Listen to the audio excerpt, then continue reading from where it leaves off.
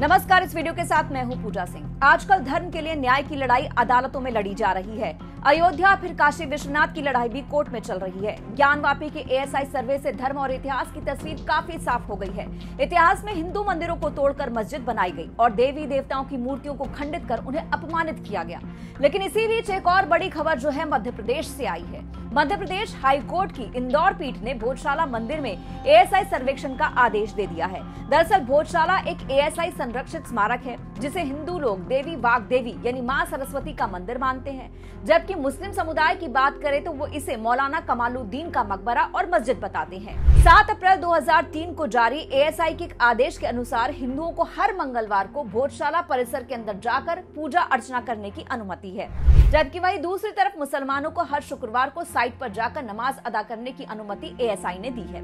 अब इसको लेकर हाईकोर्ट में हिंदू फ्रंट फॉर जस्टिस ने एक याचिका दाखिल की है। एएसआई के करीब 21 साल पुराने आदेश को चुनौती देते हुए हिंदू फ्रंट फॉर जस्टिस की ओर से अदालत में कहा गया कि एएसआई का यह फरमान भोजशाला परिसर की वैज्ञानिक जांच के बगैर ही जारी किया गया था और नियम और कायदों के मुताबिक किसी भी मंदिर में नमाज नहीं पढ़ी जा सकती है। साथ ही ये भी कहा कि एएसआई निदेशक को समयबद्ध तरीके से लगभग 1000 साल पुराने भोजशाला परिसर की वैज्ञानिक जांच करने के लिए कहा जाए और अदालत में रिपोर्ट सौंपी जाए। हिंदू संगठनों ने अपने दावे के समर्थन में हाईकोर्ट में भोजशाला परिसर के कुछ वीडियोस भी पेश किए हैं।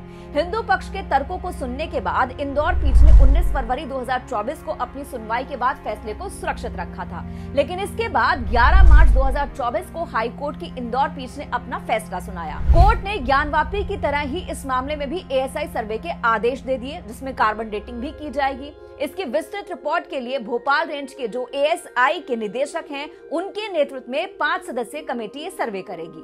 कोर्ट ने 29 अप्रैल से पहले ही अपनी रिपोर्ट को सौंपने के लिए कहा है। वहीं हिंदू पक्ष के जो वकील हैं विष्णु शंकर जैन, उनका ये कहना है कि भोजशाला में 1991 का पूजा स्थल अधिनियम लागू नहीं होता, क्योंकि एक एएसआई संरक्षित स्मारक है और इसीलिए इसे 1991 के अधिनियम से छूट मिली हुई है।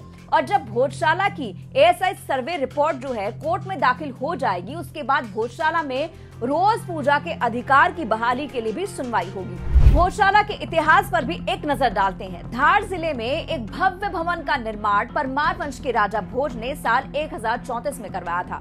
11वीं शताब्दी में बने इस भवन का शुरू में इस्तेमाल एक महाविद्यालय के तौर पर हुआ।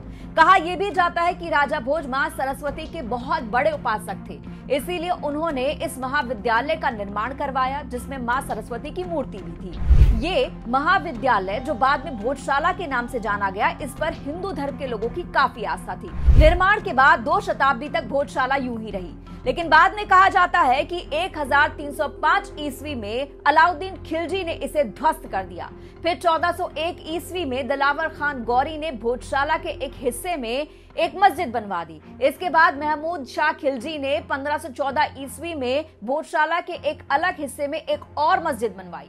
इसके बाद अंग्रेजों का शासन काल आया और तब 1875 में इसकी खुदाई करवाई गई। यहाँ सरस्वती माँ की मूर्ति निकली, जिसे बाद में 1880 में लंदन भेज दिया गया और अब एक वहाँ के म्यूजियम में ये मूर्ति रखी हुई है।